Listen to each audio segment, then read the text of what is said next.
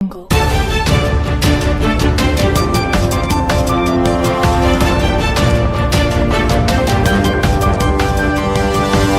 Audio Jungle.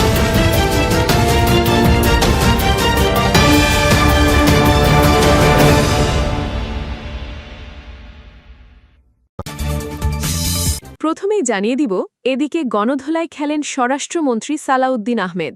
বাংলাদেশে খেলা ঘুরিয়ে দিল শুভেন্দু। আওয়ামী লীগের স্বপ্নপূরণ, সরাসরি ভাষণ দিয়ে সুখবর দিলেন শেখ হাসিনা। এবার জানিয়ে দিব, আওয়ামী লীগ নেতাকর্মীরা ঢাকাসহ দেশের বিভিন্ন জেলা উপজেলায় সাংগঠনিক তৎপরতা বাড়াচ্ছেন। বেরিয়ে এলো চাঞ্চল্যকর তথ্য। এতক্ষণ শুনছিলেন সংবাদ শিরোনাম, এখন থাকছে বিস্তারিত। তার আগে ভিডিওটিতে একটি লাইক দিয়ে কমেন্ট করে জানিয়ে দিন আপনি আমাদের ভিডিওটি কোন জেলা থেকে দেখছেন বা শুনছেন।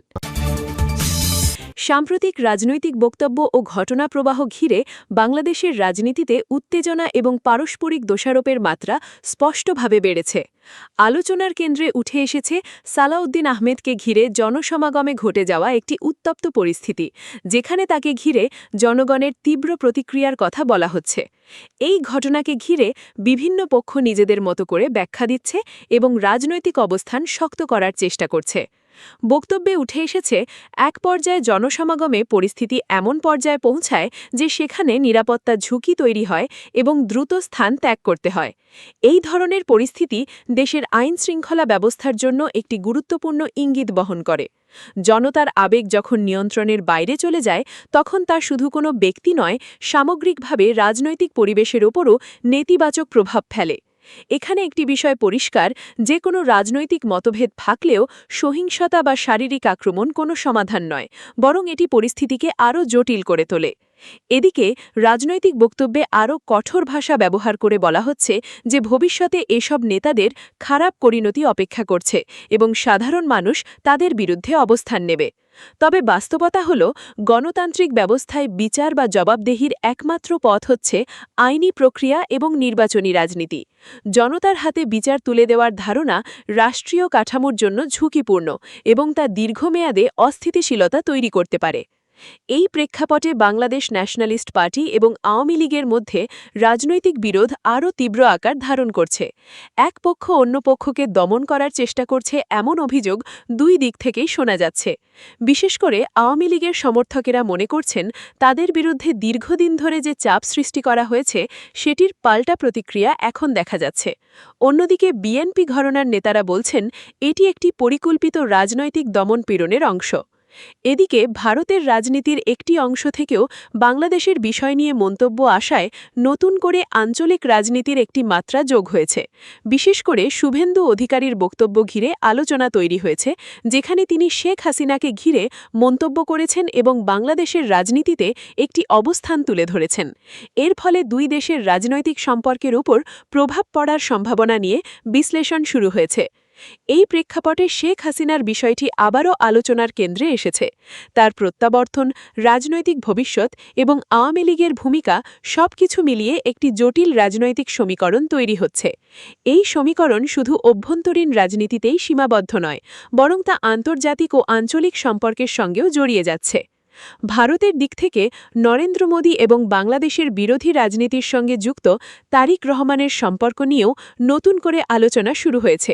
বিশ্লেষকের মতে, শেখ হাসিনা ইস্যু, আওয়ামী লীগের ভবিষ্যৎ এবং সংখ্যালঘু নির্যাতনের অভিযোগ, এই তিনটি বিষয়কে কেন্দ্র করে দিল্লি-ঢাকা সম্পর্ক একটি নতুন মেরুকরণের দিকে যেতে পারে। বাণিজ্যিক সম্পর্কেও এই রাজনৈতিক টানাপোড়েনের বাইরে নয়। দুই দেশের মধ্যে বিদ্যমান বাণিজ্যিক ভারসাম্য, সীমান্ত বাণিজ্য এবং আঞ্চলিক অর্থনৈতিক সহযোগিতার সবকিছুই রাজনৈতিক সম্পর্কের উপর নির্ভরশীল। যদি রাজনৈতিক উত্তেজনা বৃদ্ধি পায়, তাহলে তার প্রভাব অর্থনৈতিক ক্ষেত্রেও পড়তে পারে। ফলে উভয় দেশের জন্যই কূটনৈতিক ভারসাম্য রক্ষা করা গুরুত্বপূর্ণ হয়ে উঠছে। বক্তব্যে আরও উল্লেখ করা হয়েছে যে দিল্লি বাংলাদেশের ওপর ত্রিমুখী চাপ তৈরি করতে পারে, যার মধ্যে রাজনৈতিক, কূটনৈতিক এবং অর্থনৈতিক দিক অন্তর্ভুক্ত। যদিও এই ধরনের বিশ্লেষণ অনেকটাই রাজনৈতিক দৃষ্টিভঙ্গির ওপর নির্ভরশীল, তবে এটি স্পষ্ট যে আঞ্চলিক রাজনীতিতে বাংলাদেশ একটি গুরুত্বপূর্ণ অবস্থানে রয়েছে এবং তাকে ঘিরে বিভিন্ন পক্ষের আগ্রহ রয়েছে। সব মিলিয়ে বর্তমান পরিস্থিতিতে কয়েকটি বিষয় পরিষ্কারভাবে উঠে আসে। প্রথমত, দেশের অভ্যন্তরীণ রাজনীতি অত্যন্ত উত্তপ্ত ও বিভাজিত। দ্বিতীয়ত, রাজনৈতিক বক্তব্যে সহিংসতার ইঙ্গিত বা উস্কানি পরিস্থিতিকে আরও জটিল করে তুলছে, যা দীর্ঘমেয়াদে কারোর জন্যই ইতিবাচক নয়। তৃতীয়ত, প্রতিবেশী দেশের রাজনৈতিক অবস্থান ও মন্তব্য এই পরিস্থিতিকে আরও সংবেদনশীল করে তুলছে।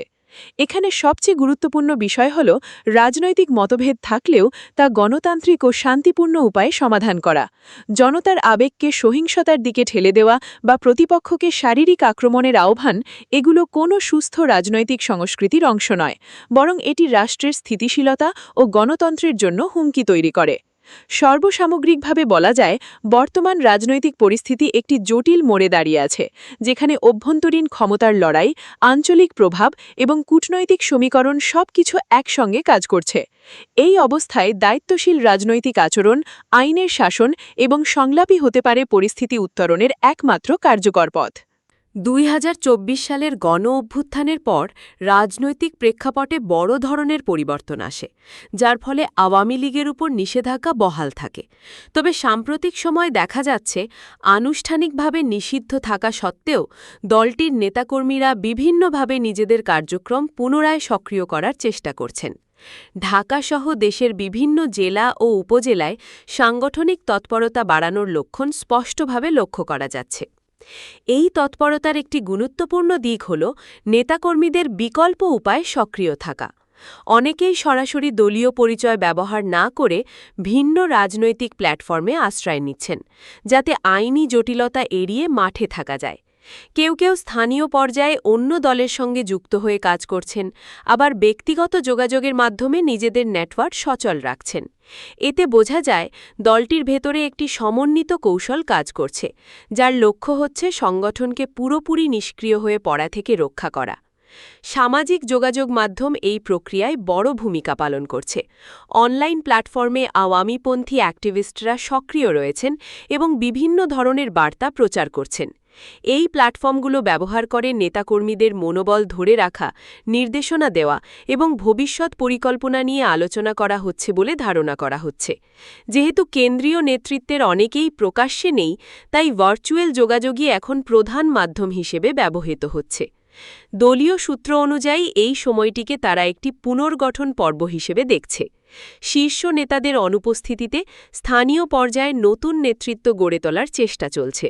তরুণ ও অপেক্ষাকৃত কম পরিচিত নেতাকর্মীদের সামনে আনা হচ্ছে, যাতে ভবিষ্যতে একটি শক্তিশালী সাংগঠনিক ভিত্তি তৈরি করা যায়।